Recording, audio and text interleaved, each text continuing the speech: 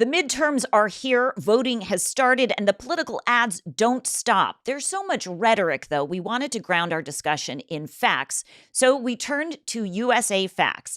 I'm going to have a conversation now with Sasha Anderson. She is Data Partnerships Manager at USAFacts and will give us some of the details and real context on the biggest issues we're discussing this political season. USAFacts is a nonpartisan, nonprofit civic organization dedicated to giving you and me government data in a way we can understand. Sasha, you're excellent at giving us government data in a way we understand. Hi, how are you?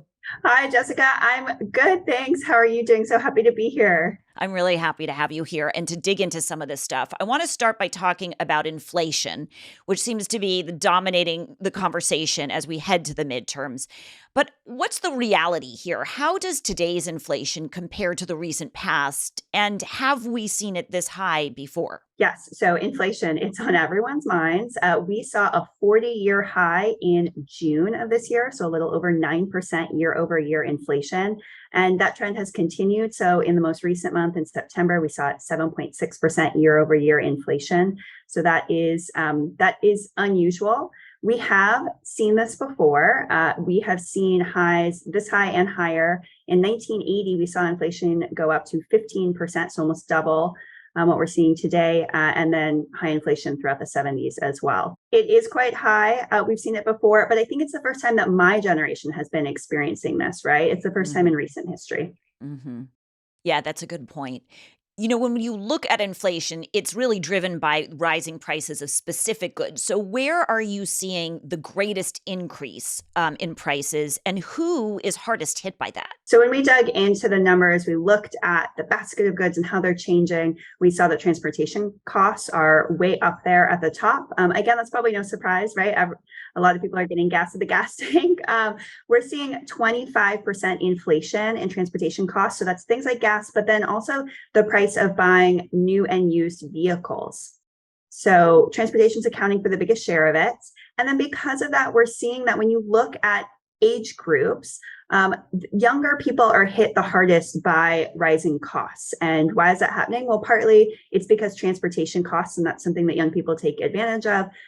They're running around to school, to work. And also in other categories that don't affect them as much are not going up. So you don't have the impact of, say, rising medical costs that would hit older age groups. So interesting. I never thought of that, but younger people drive more. So rising gas prices hits them more.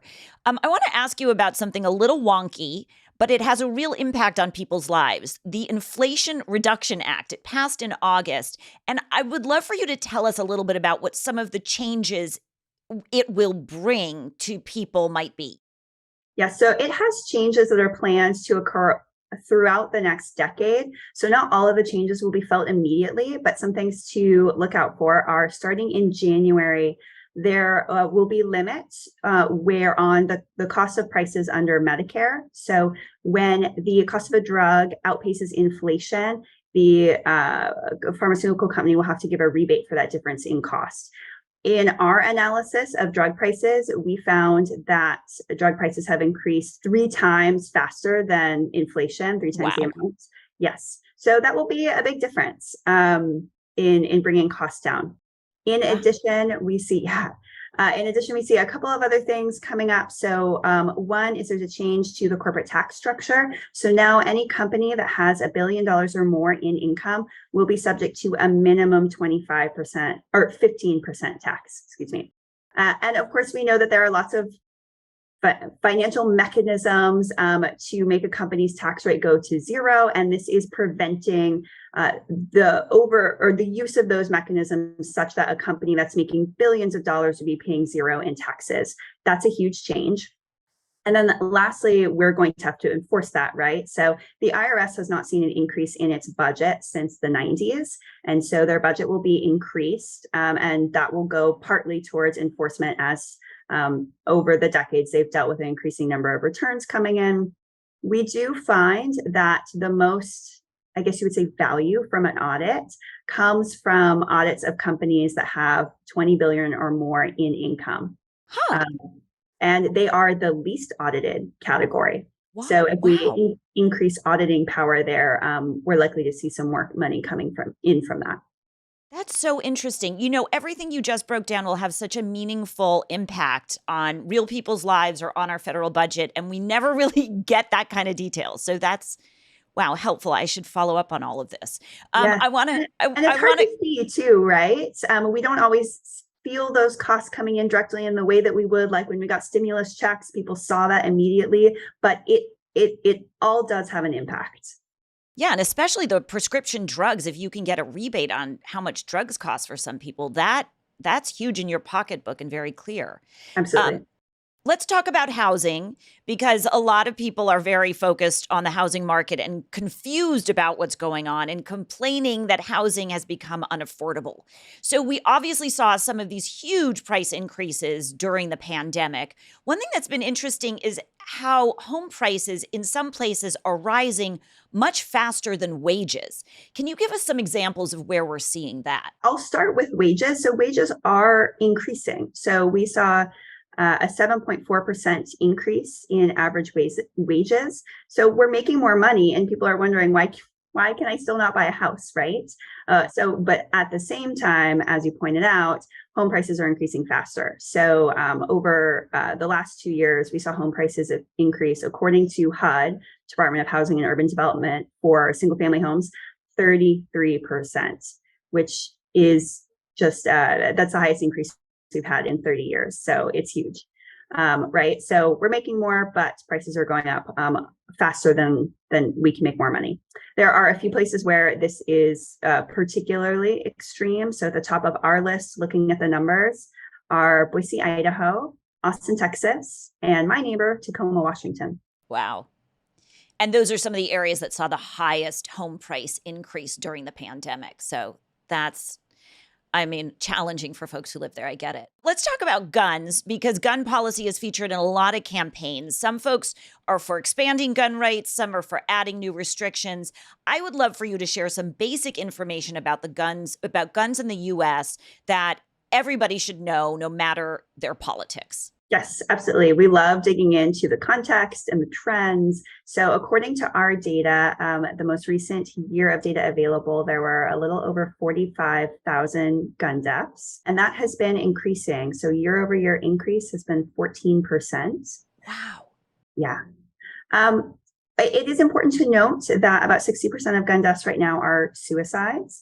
So that's definitely a piece of it. But when we look at recent increases, we have 14% increase overall in gun deaths, but a 34% increase in homicides. So we have been trending upward in gun deaths since 2014. So almost a decade now, right? But in recent years, we've really seen an uptick in homicides.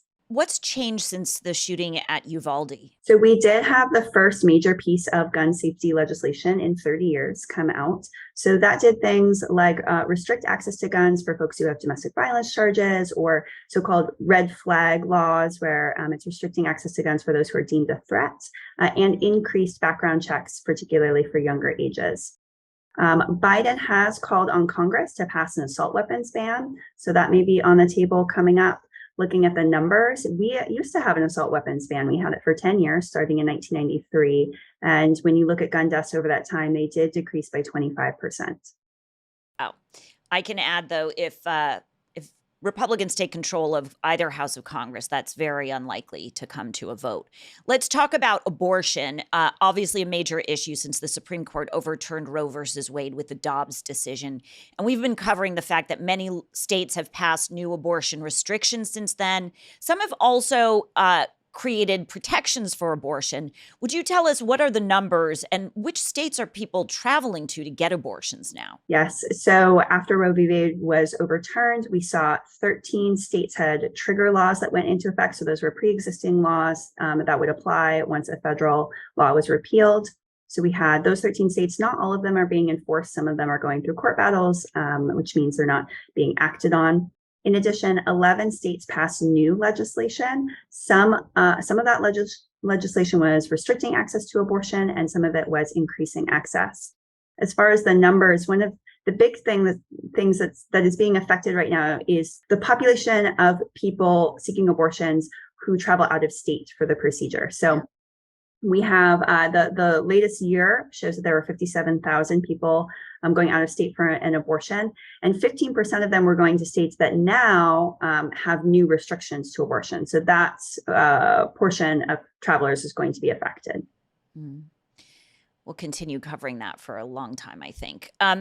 We're obviously doing this ahead of the well, I want to say we're doing this during the midterms because early voting has already started. I want to remind people voting ends on election day. It doesn't start then.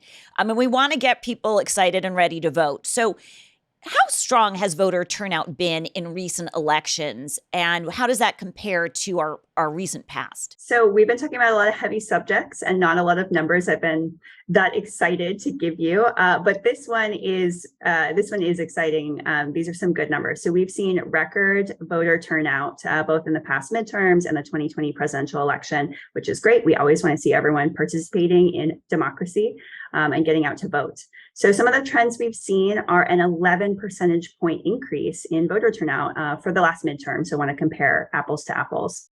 That moved from 42% voter turnout to 53%, which is a huge jump. It's really exciting to see. Another interesting trend is an increase in young voters. So the 18 to 24-year-olds set, their voting rate increased the most. However, they still lag behind all other age groups. It's such an important thing. I just want to underscore what you just said is young voters have increased their participation, but the total percent of young voters voting does not match the percent of seniors voting. We still get more seniors excited to turn out than young people. And for young people watching this, when you're wondering why your issues and values sometimes aren't reflected, it might be because some of your friends aren't voting. So help get your friends to vote. Okay, my little PSA. And Sasha, I note that I've said wow many times because you keep surprising me. Would you talk a little bit about the fact that it's not just federal offices that are on the ballot? It's important for people to understand that their statewide races and their local races really impact their lives in ways that you don't always focus on in between elections. Can you give us a little bit of a snapshot of some of the races that could be very meaningful that aren't federal? So local elections, just as important. There will be a lot of races on your ballot, depending on where you live. Some of them that you can expect are races for governor, secretaries of state, district courts, and state Supreme Court, state legislatures, and even your school board elections. We actually, just a little plug for USAFacts, we have a midterm map. So we've pulled together all of those races in one easy to find place. You can put in your address or just your city, and it will tell you what will be on your ballot, along with some data to help you think about your decisions and your vote. It's actually very impressive. You should check out their midterm map. It has all sorts of data on specific districts across the country. You could look at yours. You can compare it to your friends or where your parents live. And, this is what USAFacts does best. So thank you for that. It's a great resource for journalists and for voters. And Sasha, thank you for wowing me. I rarely get wowed, but you always do it. Thank you, Jessica. It's an honor. See you soon.